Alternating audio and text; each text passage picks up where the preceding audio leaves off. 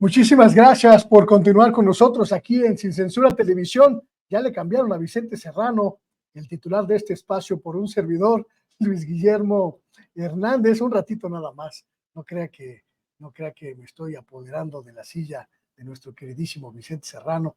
Esta es la hora de platicar con los colegas de la revista Contralínea, la mesa de investigación que tanto le gusta a usted, de Contralínea y Sin Censura. Hoy vamos a hablar de dos temas súper importantes que están en el candelero informativo, y para ello, para que los presente y para que los explique y nos dé pistas sobre esto, tenemos ya a nuestro colega, a nuestro amigo Zósimo Camacho. Buenas noches, Zósimo. ¿Cómo estás, Luis Guillermo? Qué gusto estar aquí, estar con todos ustedes. Muchas gracias. Muchísimas gracias, Zósimo. Pues ustedes echando tiros con la información exclusiva, información interesantísima.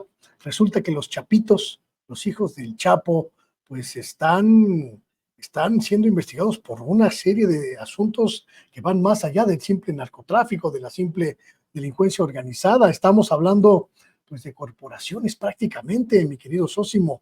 Sí, Luis Guillermo, bueno, pues se trata de esta estructura de los propios chapitos. Hay una tarjeta informativa a la que hemos podido tener acceso se especifica exactamente cuáles son las acusaciones contra este cártel de Sinaloa y particularmente una de sus facciones, que es la de los chapitos. Hay que recordar que el cártel de Sinaloa, bueno, tiene tres grandes facciones. Una de ellas es la de los chapitos, la otra es la del liderazgo histórico de Ismael Zambada, el Mayo, y otra que se ha ido diluyendo, que era la del hermano de Joaquín Guzmán Loera, el Guano, Aureliano, y que, ha habido golpes importantes a los propios chapitos, a la estructura de los chapitos, al interior del cártel de Sinaloa. Y hay algo que nos ha parecido interesante de esta tarjeta informativa sobre cómo se encuentran estas acusaciones contra Ovidio, contra los demás hermanos de Ovidio, es decir, contra los chapitos. Hay cosas que, por supuesto, ya se saben, que ellos están trasegando drogas hacia Estados Unidos en grandes cantidades, por eso están siendo perseguidos por la justicia estadounidense. Pero hay algo interesante, Luis Guillermo, y es que han tenido la capacidad, de acuerdo con este documento, de pues incursionar en el lavado de dinero pues a gran escala, no solamente mediante el método tradicional, poner negocios, restaurantes, etcétera, para lavar dinero, sino que además lo hacen a través ahora ya de bitcoins y de otro tipo de criptomonedas. Importante esta parte porque pues prácticamente así no se tiene ningún tipo de registro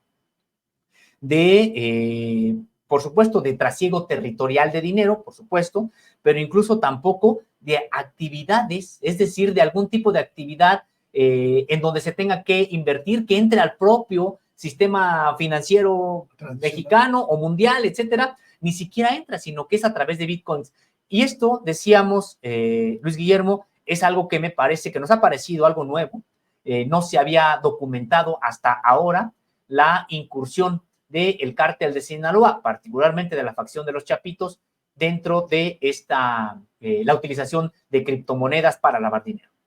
Hace algunos días hablaba yo con periodistas de América Latina y me preguntaban, bueno, ¿cómo podríamos entender la expansión territorial, prácticamente global, de Joaquín El Chapo Guzmán y su corporación, en términos de drogas?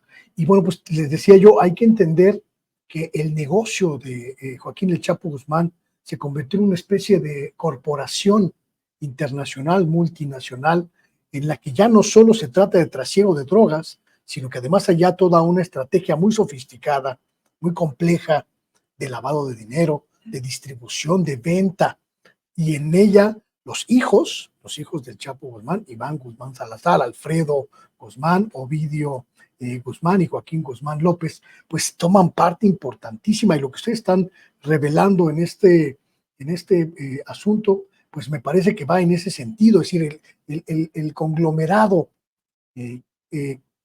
Chapo AC o SA, o como sea, Inc., el Chapo Inc., pues hoy es un holding.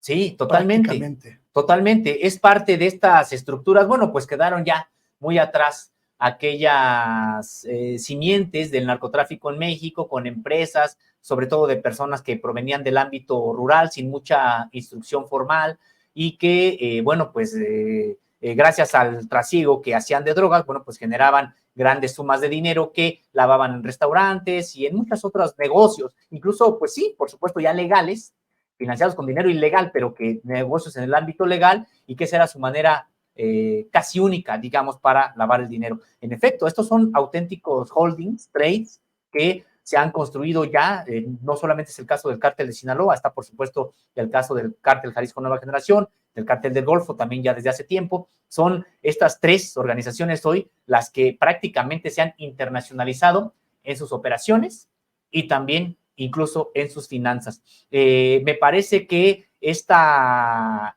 información que da cuenta de cómo esta especialización incluso financiera para lavar dinero a la que ha adquirido esta facción del cártel de Sinaloa, se suma también el asunto del trasiego de fentanilo, porque hay que recordar, no obstante, que en Estados Unidos se está señalando que se está desde México trasegando con grandes cantidades de fentanilo, etcétera. Lo cierto es que las acusaciones ya formales, judicializadas en Estados Unidos, apenas si tocan prácticamente el fentanilo. O sea, hay mucho en los medios de comunicación sobre la responsabilidad de los chapitos en el trasiego de fentanilo, pero lo que han podido realmente judicializar las autoridades en Estados Unidos es muy pocas cantidades realmente de fentanilo. Me parece que estos dos aspectos, lo de las criptomonedas y lo del fentanilo, pues es parte de lo más importante que hemos podido obtener de este documento que se basa en esta acusación que está teniendo lugar y que ya es parte del juicio contra Ovidio Guzmán. En este caso es parte del 23 CRIM 180, que es la manera como identifican a estas acusaciones en contra de los chapitos. Estamos hablando de que los integrantes de esta organización están utilizando criptomonedas para manejar sus ganancias provenientes de la venta de drogas, Osimo.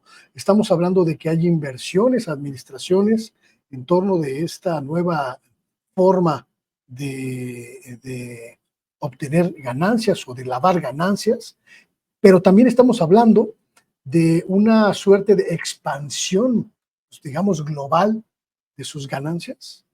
Sí, y de algo incluso más, Luis Guillermo, de que se ha detectado que finalmente en algún momento esto se tiene que hacer físico, es decir, las criptomonedas, el sistema financiero, en algún momento se tiene que hacer físico, y lo que se está reconociendo allá en Estados Unidos, de acuerdo con este documento también, es que han empezado a pulular negocios físicos en territorio estadounidense, una red de negocios físicos que serían parte de los chapitos en territorio estadounidense y que pues sí se han financiado con este mecanismo de lavado de dinero que han desarrollado. Entonces sí, de entrada, sí, Luis Guillermo, se trata de que están utilizando criptomonedas como una especie de ahorro. Pues sabemos, las criptomonedas en algún momento han tenido una estabilidad.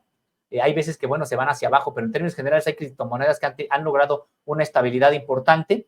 Y segundo, es una especie de mantener ahí ahorros, pero segundo, es una especie también de mecanismo para transferir dinero sin dejar ningún tipo de rastro. Si es complicado seguirle la pista del dinero al sistema financiero meramente, es más complicado entonces meterte a este sistema financiero de las criptomonedas que no tienen, pues como tú bien sabes, por ejemplo, ningún respaldo bancario, claro, o no tienen ningún respaldo en alguna institución financiera real, sino es prácticamente en la propia red, en los propios respaldos de esta economía, pues prácticamente irreal que el capitalismo ha generado. Pero en términos, sí, se requiere para esto cierta especialización, se requiere para esto ciertos recursos, por supuesto, y pues ahí vemos al cártel de Sinaloa que los tiene. Ahí vemos al cártel de Sinaloa no solamente como una organización criminal, que lo es en todas sus fases,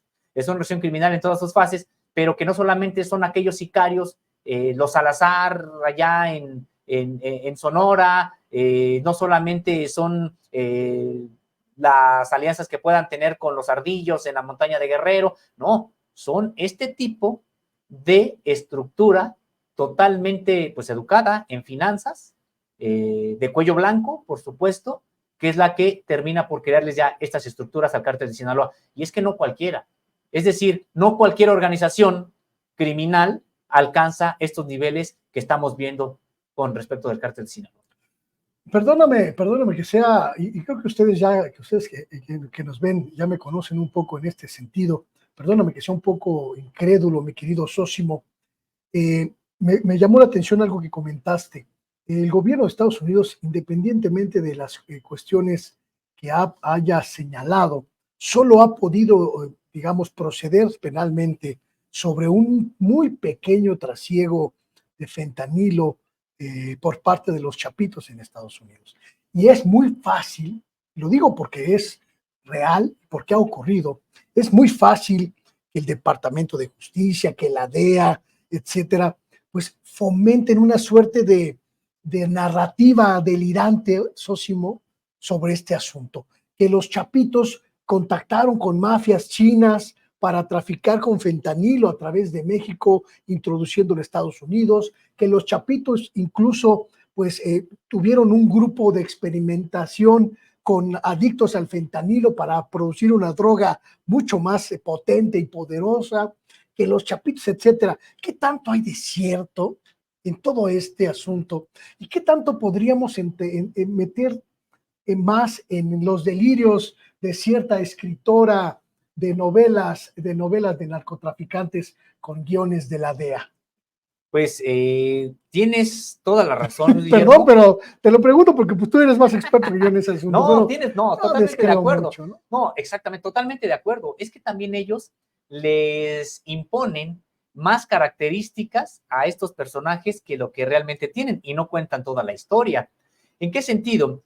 Pues si es que los cárteles, tanto en México como en Estados Unidos, logran algún nivel de trasiego de drogas, de poder incluso, pues es también gracias a la corrupción, es decir, a las alianzas que con autoridades allá se tienen. Luis Guillermo, en este espacio habíamos ya dado a conocer una investigación de José Reyes en la que las propias autoridades de Estados Unidos, es decir, con datos de ellos, de Estados Unidos, se señalaba que las principales personas que trasegaban el fentanilo a Estados Unidos son ciudadanos estadounidenses.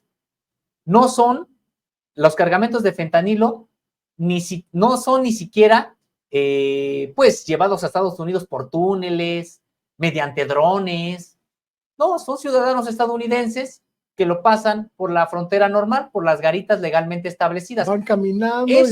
Eso reconocido por las propias autoridades estadounidenses, porque a los ciudadanos estadounidenses generalmente no los revisan o no les hacen las revisiones exhaustivas, como si les hacen a personas que van a entrar a Estados Unidos de manera legal, tienen otro tipo de revisiones si no son ciudadanos estadounidenses. Bueno, reconocido por Estados Unidos, la principal manera de trasegar fentanilo, de ingresar fentanilo a Estados Unidos, es a través de ciudadanos estadounidenses que lo pasan por la frontera de México-Estados Unidos. Entonces, de entrada, ahí hay una responsabilidad y tienes toda la razón, Luis Guillermo.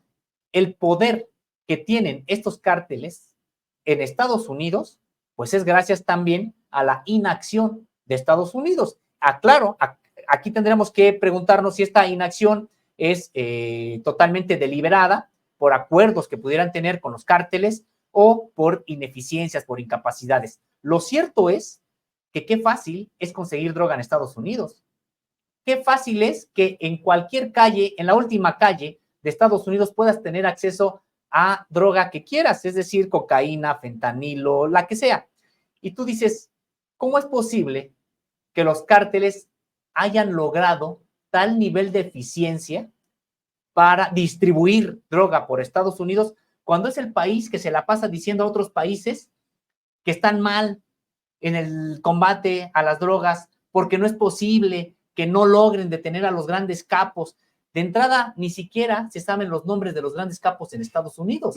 Entonces, me parece, Luis Guillermo, que tienes toda la razón. A mí me parece que hay una complicidad muy importante a determinado nivel de las autoridades estadounidenses y a una política totalmente fallida de supuesto combate a las drogas, cuando en realidad, bueno, pues es el paraíso de las drogas Estados Unidos. Entonces, me parece que tienes toda la razón, se les endilgan capacidades, sobre todo de carácter armamentista, que no tienen, y que si lo tienen a veces es porque son tolerados precisamente por las propias autoridades. Entonces, con respecto a esto de que tienen estas estructuras financieras, me parece que sí tienen una estructura muy importante de lavado de dinero, pero también es gracias a que han encontrado una manera, pues, de darle la vuelta ya a Estados Unidos por una suerte de inacciones del propio gobierno frente a estos cárteles. Por supuesto que de ninguna manera estamos,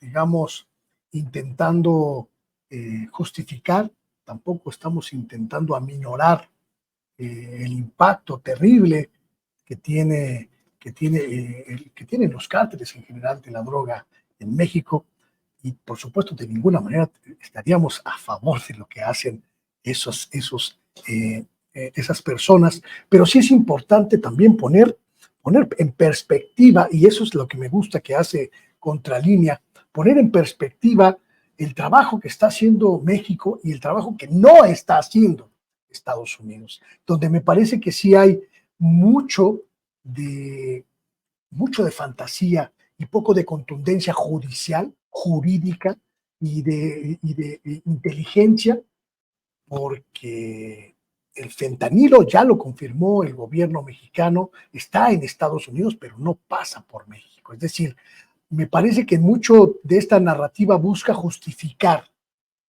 y busca echarle a otros, en este caso el gobierno mexicano, responsabilidades que no cumple y que no lleva a cabo el gobierno en Washington. Sí, totalmente, totalmente, Luis Guillermo. Me parece que la principal responsabilidad es de los estadounidenses. Lo habíamos de hecho comentado. Estados Unidos primero tendría que preguntarse por qué tiene una sociedad que demanda tal cantidad de drogas. Es una sociedad, pues sí, que está demandando cocaína, heroína, marihuana, metanfetaminas en grandes cantidades. ¿Qué está pasando en Estados Unidos que tienen ese problema y que no lo tienen a ese nivel otros países también que se pudieran considerar desarrollados? Hay también trasiego a Europa, por ejemplo, pero no en las cantidades ni representa este problema de salud y también problema social que tiene Estados Unidos. Eso por un lado. Y por otro, Luis Guillermo, me parece que Estados Unidos está faltando también a la verdad con respecto del propio combate a los cárteles en su propio territorio. Ya nos referíamos a esta posibilidad de disponer de droga en cualquier parte del mundo, pero me parece que en realidad Estados Unidos ha utilizado el tema de la droga pues para tratar de incidir en la política interna de los países de América Latina. Es una pretexto para tratar de señalar quién combate a los cárteles y quién no, y con ello pues desestabilizar incluso a los propios gobiernos. A mí me parece, Luis Guillermo, que el fentanilo es probable que sí transite por México. Lo que de manera clara ha señalado el gobierno mexicano es que aquí no se está produciendo, aquí no se están haciendo las pastillas de fentanilo, y tendríamos que señalar algo. Para producir estas pastillas de fentanilo se necesitan laboratorios controlados. No son aquellos que puede uno ver en la sierra de Sinaloa o en cualquier otra parte del país con tambos ahí improvisados. No son este tipo de laboratorios con prácticamente manipulando los ingredientes sin ningún tipo de riesgo. De entrada, sí tendríamos que señalar, es más complicado que se estén haciendo en México porque necesitas laboratorios realmente controlados, que puedan ser manejados incluso por personas que saben de química, químicos, pues, profesionales de la química, científicos. Eso es lo que tú necesitas para hacer pastillas de fentanilo. Distinto a las metanfetaminas, que bueno, pues si no las sabes manipular, y lo peor que te puede pasar es de que no te quede bien el producto que estás haciendo, pero no pone en riesgo tu vida. Ya sabemos que 2 gramos de fentanilo que te caigan en la piel pueden ser absorbidos por la piel y eso es suficiente para que te mate el fentanilo. Así de controlado debe de ser el laboratorio que genere fentanilo. Entonces, no lo han podido probar.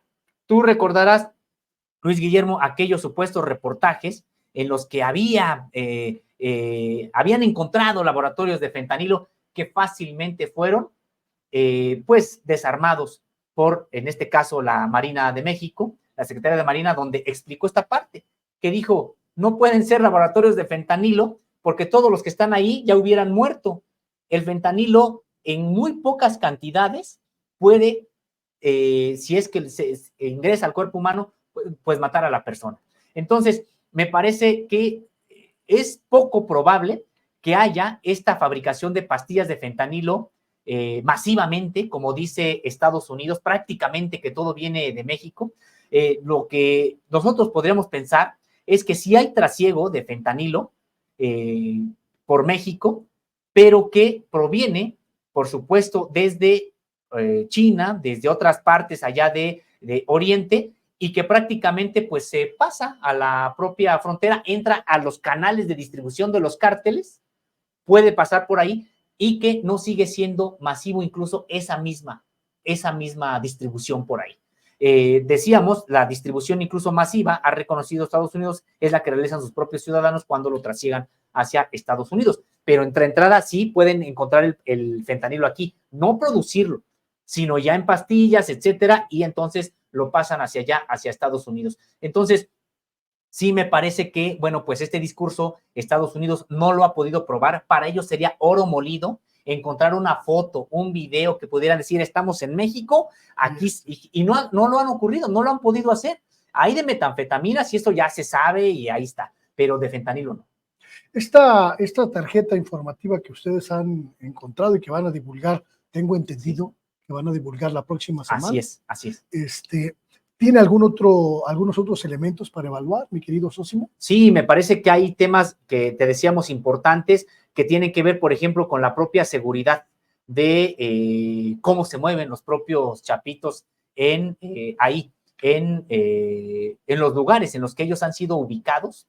Y de hecho es parte de lo que nosotros en su momento pudimos divulgar, pues sí, cuentan con una guardia prácticamente pretoriana que está al servicio de ellos y que, ojo, aquí se reconoce, y nosotros también lo dimos en su momento, lo dimos a conocer, se reconoce que operan en Culiacán, principalmente, operan en Mazatlán, y sobre todo en el caso de Culiacán, bueno, pues hay todo un grupo paralelo de seguridad, podríamos decir, a la seguridad pública que hay allá en Culiacán, hay también un grupo paralelo que trabaja para los propios chapitos, de ellos, delincuentes. No quiero decir que estén ellos metidos con la propia policía en Culiacán, etcétera, pero me refiero que es de ese tamaño, es decir, son unas guardias prácticamente, decíamos, pretorianas, que toda aquella persona que ingresa a Culiacán, convoy, camionetas que les parecen lujosas, etcétera, inmediatamente es reportado, analizado, seguido para información no de la policía, sino información de esta guardia de los propios chapitos. De hecho, tuvimos acceso también a estos diálogos por radio entre la propia seguridad de los chapitos e incluso se comunican incluso por una avioneta, que pase algún avión, ellos inmediatamente tienen los mecanismos de verificar qué destino tiene, de dónde salió, qué tipo de vuelo es, si es vuelo comercial, etcétera. O sea, hasta ese tipo de inteligencia han logrado tener ahí los chapitos a su propio servicio. Entonces, es parte de lo que dice toda esta tarjeta informativa de inteligencia que ha podido pues escarbar en las acusaciones que están enfrentando los chapitos allá en Estados Unidos. Pues estaremos atentos, mi querido Sosimo, estaremos muy atentos a conocer el contenido del reportaje que van a presentar al respecto. Me parece que es un tema, yo digo, inagotable en muchos sentidos. Desafortunadamente, no tenemos la manera de decir que va a tener fin este asunto, pero hay un tema también que sobre el que ustedes han estado muy observadores y acuciosamente observadores, que es el relevo en la rectoría de la Universidad Nacional Autónoma de México. La madrugada del jueves, la noche del miércoles, ya muy noche, la Gaceta Universitaria dio a conocer el perfil de las 10 personas, Sósimo, que van pues, a pasar a la siguiente fase, pasan digamos, a la última ronda de auscultaciones, entre comillas, de la universidad, que en realidad son auscultaciones de la pequeña élite para definir al nuevo rector, a la nueva rectora de la universidad. Totalmente, Luis Guillermo, y decirlo, pues decepcionante lo que ha ocurrido ya con esta nueva fase que entra a la universidad. Pienso que ha quedado fuera la mejor propuesta que había para la propia universidad, la de Ambrosio Velasco. Platicamos de esta propuesta la semana pasada.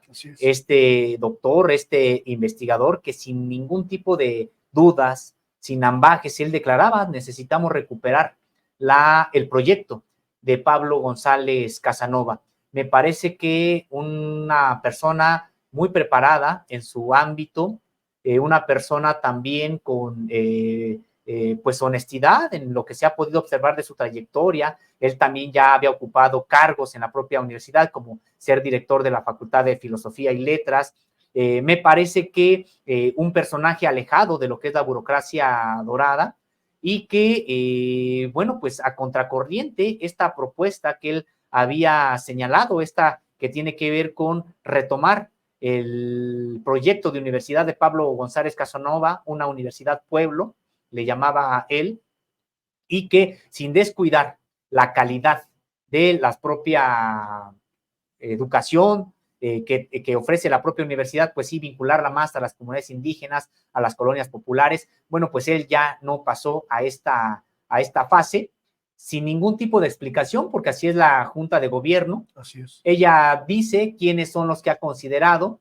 Hay una candidatura de la cual también hemos hablado en este espacio que se mantiene, que es la de Imanol Ordorica, que es una candidatura también que no proviene de estos grupos que han controlado la universidad ya por más de 50 años, de esta burocracia dorada. Me parece que la candidatura de Ordorica también viene a sacudir el propio proceso de designación del rector. Pero decíamos decepcionante, Luis Guillermo, porque pues está la candidatura de Ordorica, pero está dentro de otras 9 que prácticamente podríamos decir son parte de la propia burocracia dorada. Son candidaturas de la burocracia dorada. Si acaso podría salvarse la de la directora Laura Susana Acosta Torres, ella doctora, directora de la ENES de León, me parece que también con propuestas muy interesantes. Sin embargo, Luis Guillermo, pues ya los demás que quedan son parte de la propia burocracia dorada. Entonces, se reducen las posibilidades de que se rompa esta manera en que la universidad ha estado escogiendo a sus propias autoridades, y que se rompa esta hegemonía de grupos de interés, de grupos de poder que controlan como parcelas prácticamente feudales a la Universidad Nacional Autónoma de México. Ustedes han hecho un seguimiento muy puntual de los perfiles que se pronunciaron públicamente por la rectoría de la universidad. Hicieron también un análisis muy crítico de digamos, los orígenes de los últimos rectores de la universidad. Incluso abiertamente hablaron en contralínea de pues, el grupo de los científicos, los doctores, el grupo de los abogados, como las principales élites universitarias que han acaparado el control de la universidad en las últimas décadas, llevaron a la universidad a un deterioro principalmente de las condiciones de los profesores de asignatura, y a un deterioro de los planes de estudio y de, pues, digamos, de la imagen de la universidad como la gran universidad pública de nuestro país. Estos 10 finalistas, Sósimo, no ofrecen un panorama distinto del que se ha vivido en la universidad en los últimos años. Pues de manera desafortunada no, Luis Guillermo, se trata de, en términos generales, ya habíamos dicho las salvedades de Imanol Ordorica y de la doctora Laura Acosta, pero en términos generales, Luis Guillermo, pues se trata de los mismos grupos que tienen controlada la universidad desde hace más de 50 años. Estamos hablando del grupo de los médicos, del grupo de los científicos, y del grupo de los ingenieros, del grupo de los abogados. Me parece que, pues sí, tenemos hoy, Luis Guillermo, de nueva cuenta, a los candidatos prácticamente de la burocracia dorada dominando esta segunda fase del proceso. Tenemos por un lado, ya mencionábamos el caso de la doctora Laura Susana Acosta Torres, ella directora de la ENES de León, pero prácticamente los demás integrantes, a excepción también de Imanol Ordorica, pues son parte de la casta dorada y pues nada más habría que ver el caso, por ejemplo, de Luis Álvarez y Casa. Él proviene del grupo de los ingenieros, por eso tiene amplias posibilidades, porque pues el grupo de los ingenieros ya tiene tiempo que no les han prestado, digamos, la torre de rectoría. No han alcanzado el cargo de rector, aunque el grupo de los ingenieros sigue siendo muy poderoso y siempre está en cargos ahí importantes en la propia universidad. Entonces me parece que Luis Álvarez y Casa se coloca hoy con amplias posibilidades porque ellos van a poder argumentar. Él no es parte del grupo de los médicos, no es parte del grupo de los científicos, pero es parte del grupo, del poderosísimo grupo de los ingenieros, y señalar que es parte, por supuesto, de la propia casta dorada. Luis Álvarez y Casa es el actual secretario administrativo de la UNAM. Otro de los que han sido ya finalistas es Leonardo Lomelí Vanegas, que es el actual secretario general de la universidad. Otro de los finalistas es William Lee Alardín, quien es coordinador de la investigación científica. Entonces, estamos viendo prácticamente, Luis Guillermo, pues a los integrantes de esta prácticamente casta dorada ahí. Está el doctor Raúl Contreras Bustamante, del grupo de los abogados, él es director de la Facultad de Derecho. Está Germán Fajardo Dolci, de Medicina, y está, me faltaba decir, Sergio Alcocer Martínez de Castro, él es investigador del Instituto de Ingeniería, y en su momento, pues algún servidor público, subsecretario durante el sexenio de Enrique Peña Nieto. Entonces, pues estamos viendo, Luis Guillermo, de nueva cuenta a la casta dorada ocupando ya los espacios de esta segunda fase para elegir rector en la Universidad Nacional Autónoma de México. Se reducen las posibilidades, está por supuesto la candidatura de Imanol Ordorica y la de Laura Susana Acosta Torres, pero vaya que son mayoría, ya está copado totalmente por la burocracia dorada los puestos para, más bien las posibilidades para llegar a la rectoría de la UNAM. Recuerdo ahora que mencionaste a Luis Álvarez y Casa, por cierto, si le suena a usted el apellido, efectivamente es el hermano de este senador Saltimbanqui, que alguna vez fue ombudsman en la Ciudad de México, Emilio, creo que se llama, ¿no? Sí. Emilio, el senador. Así es. Que era, ya sabe usted, de estos que son ONGeros y se mueven en esos asuntos y al final pues defiende los intereses del viejo régimen.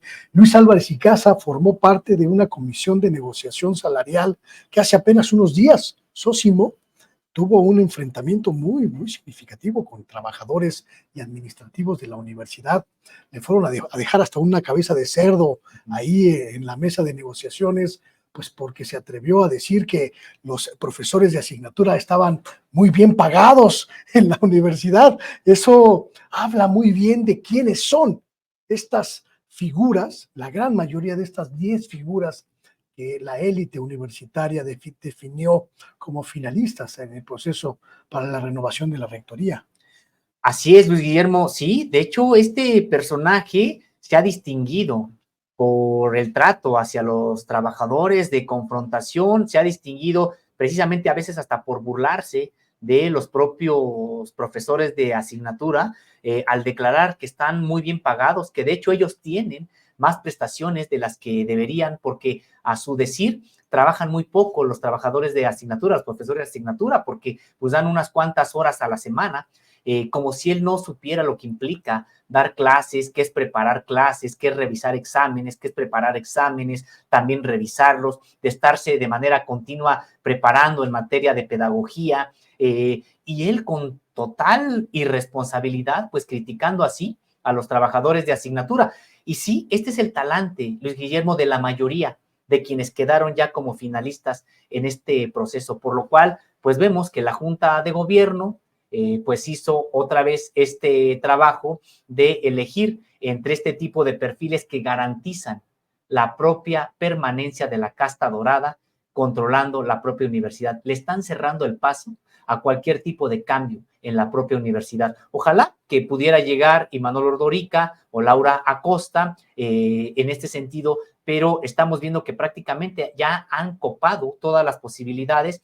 Y resulta, Luis Guillermo, pues sí, importante contrastar, mientras que propuestas como la de Ordorica o como la que tenía el doctor Ambrosio Velasco, pues reivindicaban el trabajo de los profesores de asignatura, reconocían una verdad.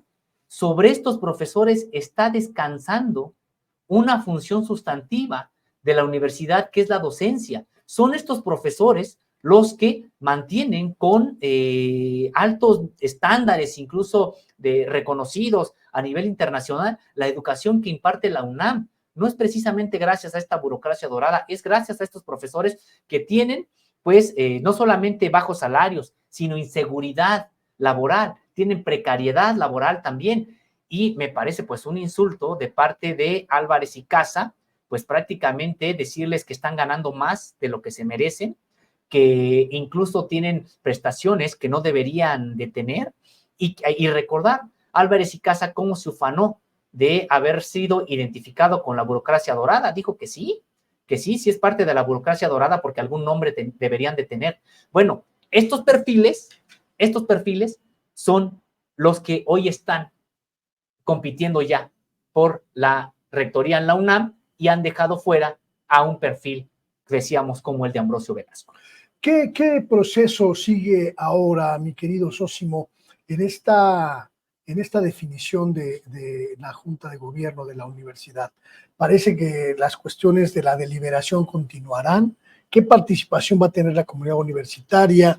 ¿Qué capacidad de incidir en este proceso tendrá pues el grueso de estudiantes, de profesores, de administrativos, de trabajadores de la máxima casa de estudios?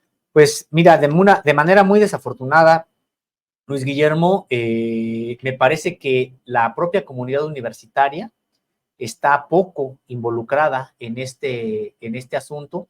Más o menos ha podido la propia comunidad universitaria pues colocar a Imanol Ordorica en esta segunda fase, porque ha sido prácticamente la propia comunidad universitaria la que pues se ha hecho sentir con esta campaña que está realizando Ordorica, salón por salón, en auditorios, en las plazas distintas que tiene la propia universidad, las propias instalaciones universitarias. Me parece que es gracias a esta participación de la comunidad que se incluyó también la candidatura de Imanol Ordorica. Pero en términos formales, no hay manera de obligar a la Junta de Gobierno a que tome en cuenta a la propia comunidad universitaria. No hay manera prácticamente de obligarlo. De hecho, pues ahora hemos visto que han publicado esta lista diciendo la Junta de Gobierno que atendió, escuchó a la comunidad universitaria y que por lo tanto pasan a la siguiente fase estas 10 personas.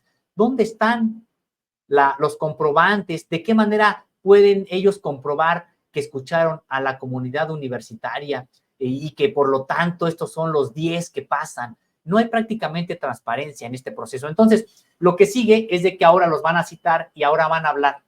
Estas 10 personas van a hablar con cada uno de los integrantes.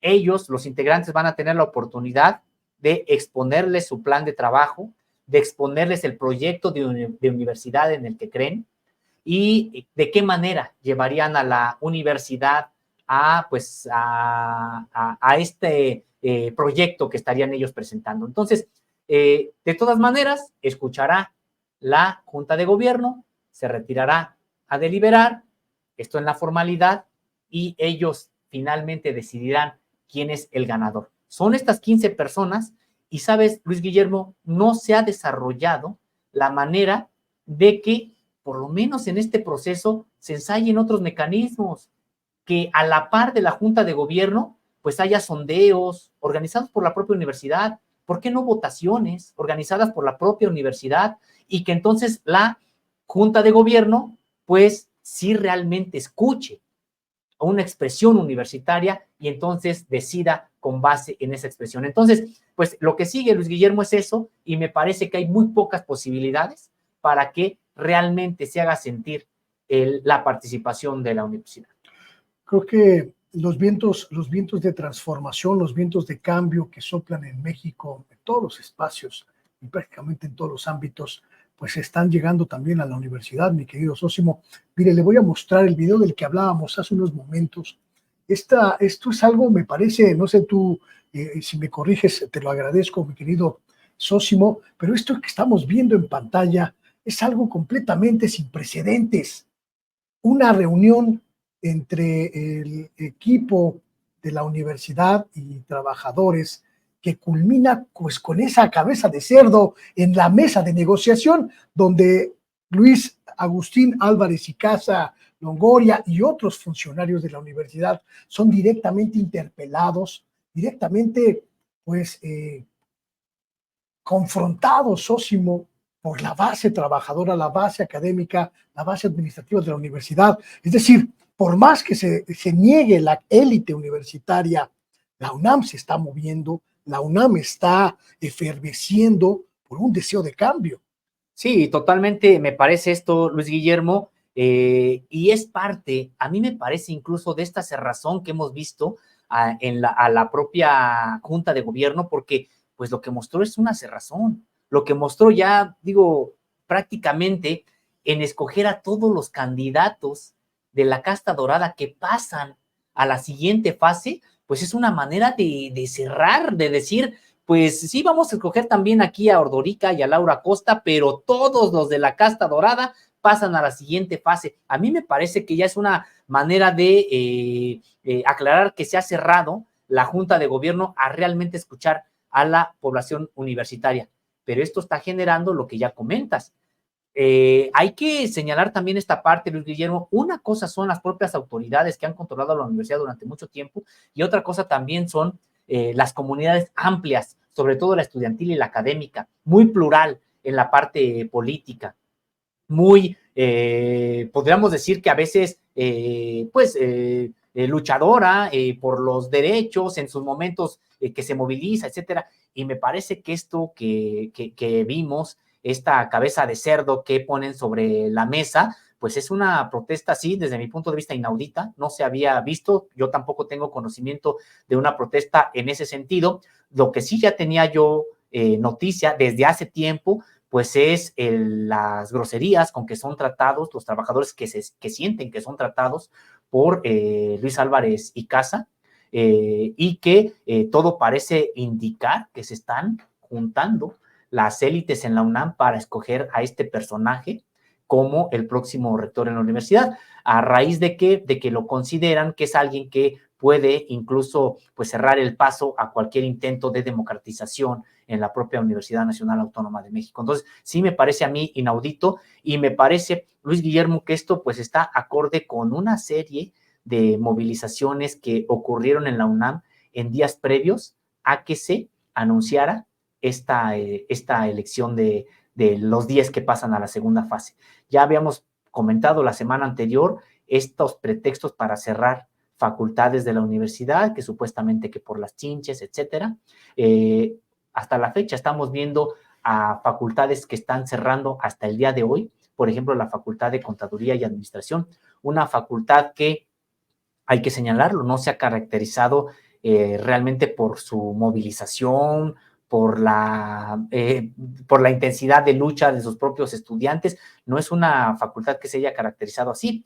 Y cuando sí hay desde la base estudiantil de la Facultad de Contaduría intención de movilizarse, inmediatamente llega Seguridad UNAM, inmediatamente vienen las amenazas académicas contra los alumnos que se movilizan, inmediatamente se movilizan otros estudiantes para impedir el cierre de la facultad, etcétera.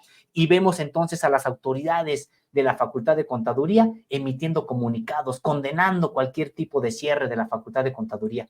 Pero ojo, en estos días hemos visto que hay una supuesta movilización al interior de la Facultad de Contaduría de unos cuantos estudiantes que cierran la facultad, y esto es avalado por las propias autoridades de la facultad, e incluso mandan mensajes a profesores de la Facultad de Contaduría para que no vayan, que respeten el paro que supuestamente la comunidad estudiantil generó.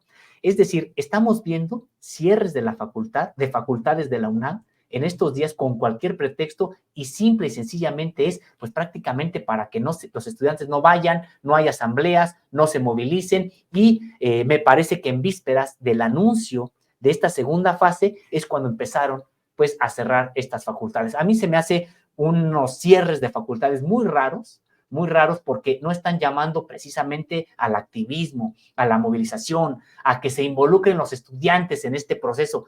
Estos cierres en realidad, Luis Guillermo, están llamando a lo contrario. No vayan, no se informen, no hagan asambleas, no reciban a los candidatos que sí están haciendo una especie de campaña, de diálogo con las bases, pues no hay espacio para que se reúnan porque las facultades están cerradas.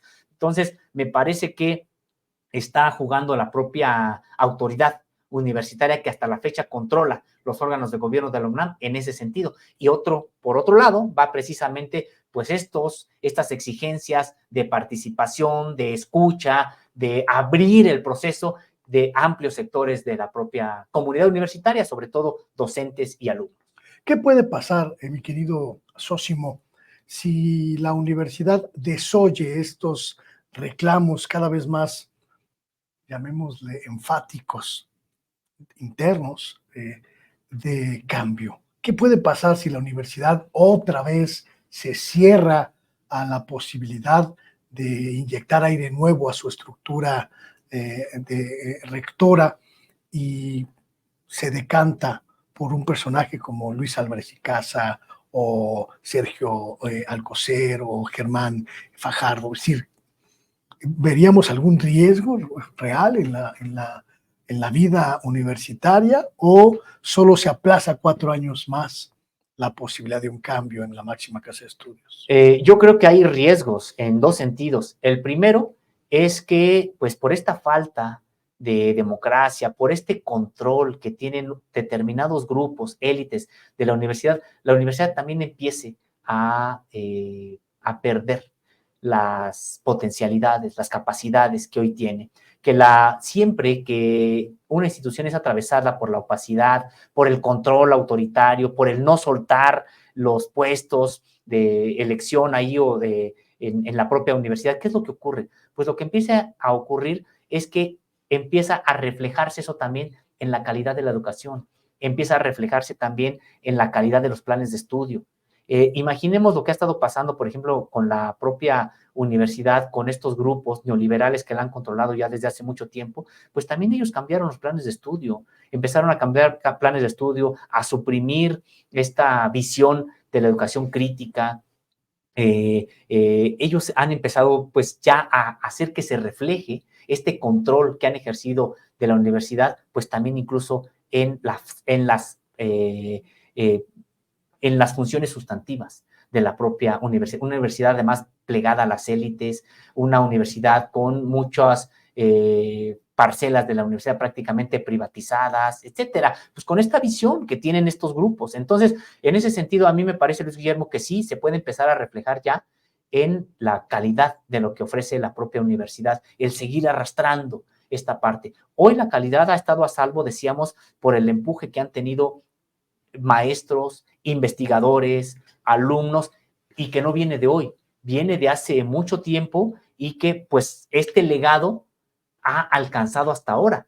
Pero de seguir este grupo que tiene la UNAM, estos grupos que tiene la UNAM, el riesgo es de que empiece la propia universidad a perder esta calidad, esta esencia que tiene la propia universidad.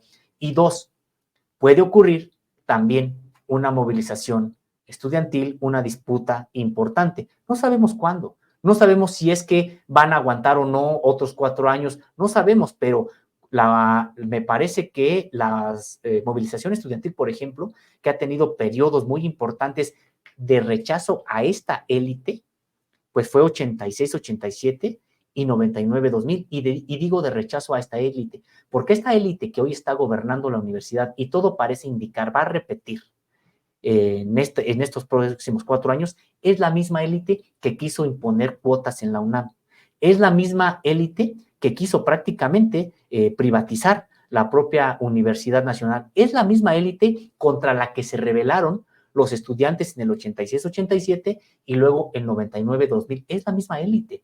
Ya llevan más de 50 años controlando la propia universidad. Entonces, me parece, Luis Guillermo, que pues sí se corre el riesgo de generar en algún momento un movimiento estudiantil que concluya lo que ya no se concluyó en el 86, 87 ni 99, 2000. No solamente estos movimientos demandaban que la educación en la UNAM se mantuviera gratuita, que no hubiera cobro de cuotas. No solamente eso fue lo que se demandó la democratización de los propios órganos de gobierno en la universidad. De hecho, en ambos movimientos lograron de las autoridades el compromiso de generar congresos universitarios donde se iba a discutir la gratuidad de la educación, donde se iba a discutir también los órganos de gobierno y muchos otros aspectos. ¿Y qué fue lo que ocurrió, Luis Guillermo?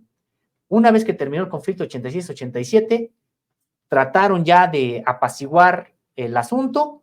En el 99-2000 incluso metieron prácticamente al ejército a la universidad, era la PFP, cuando todavía eran efectivos militares los que habían conformado esta Policía Federal. Y después de eso, ¿qué fue lo que ocurrió? Desconocieron los compromisos, las autoridades desconocieron los compromisos de generar un congreso universitario que reformara la ley orgánica de la UNAM, digamos, esto con concurso, por supuesto, de los legisladores, pero desde el seno de la propia universidad, modificar el estatuto también de la universidad. ¿Para qué?